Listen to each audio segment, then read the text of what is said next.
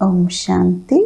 ఈరోజు జనవరి 29వ తేదీ 2025 శివబాబా వినిపించిన మురళి సారాంశము. మధురమైన పిల్లలు, మీరు మీ యోగ బలం ద్వారా వికర్మలను వినాశనం చేసుకొని పావనంగా తయారై పావన ప్రపంచాన్ని తయారు చేయాలి. ఇదే మీరు చేసే సేవ అంటున్నారు బాబా. ప్రశ్న: దేవీ దేవతా ధర్మం యొక్క ఏ విశేషత గానం చేయబడింది? సమాధానం: దేవీ దేవతా ధర్మమే చాలా సుఖమునిస్తుంది. అక్కడ దుఃఖం యొక్క నామరూపాలు ఉండవు. పిల్లలైన మీరు 3 వంతులు సుఖాన్ని పొందుతారు. సగం సుఖం సగం దుఃఖము ఉన్నట్లయితే అందులో అంత ఆనందం అనేదే ఉండదు అంటున్నారు బాబా.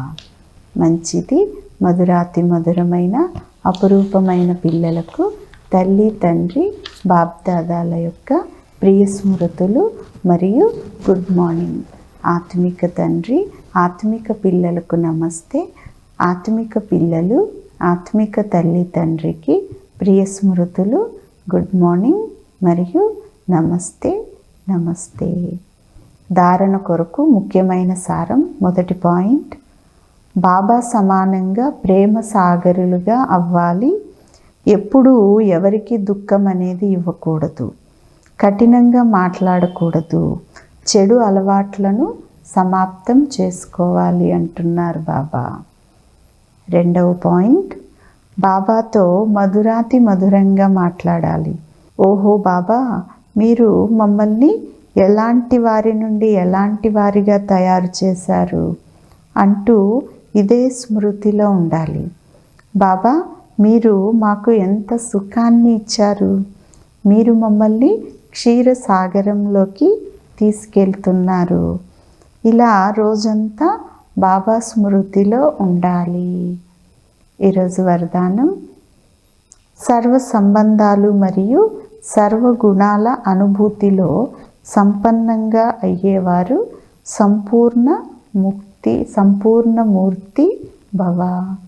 వరదానం యొక్క వివరణ: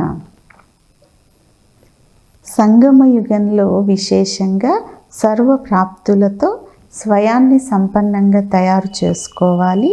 కావున సర్వ ఖజానాలను, సర్వ సంబంధాలు, సర్వ గుణాలు మరియు కర్తవ్యాలను ఎదురుగా ఉంచుకొని నేను అన్ని విషయాలలో అనుభవి అయ్యానా అని స్వయాన్ని పరిశీలించుకోండి.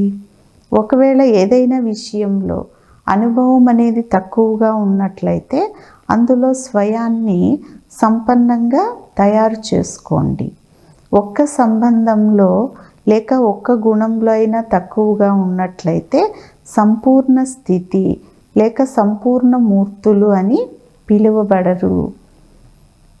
కావున తండ్రి యొక్క గుణాలని అనుభవమును మరియు ఆది స్వరూపం యొక్క మీ గుణాల అనుభవమును చేయండి.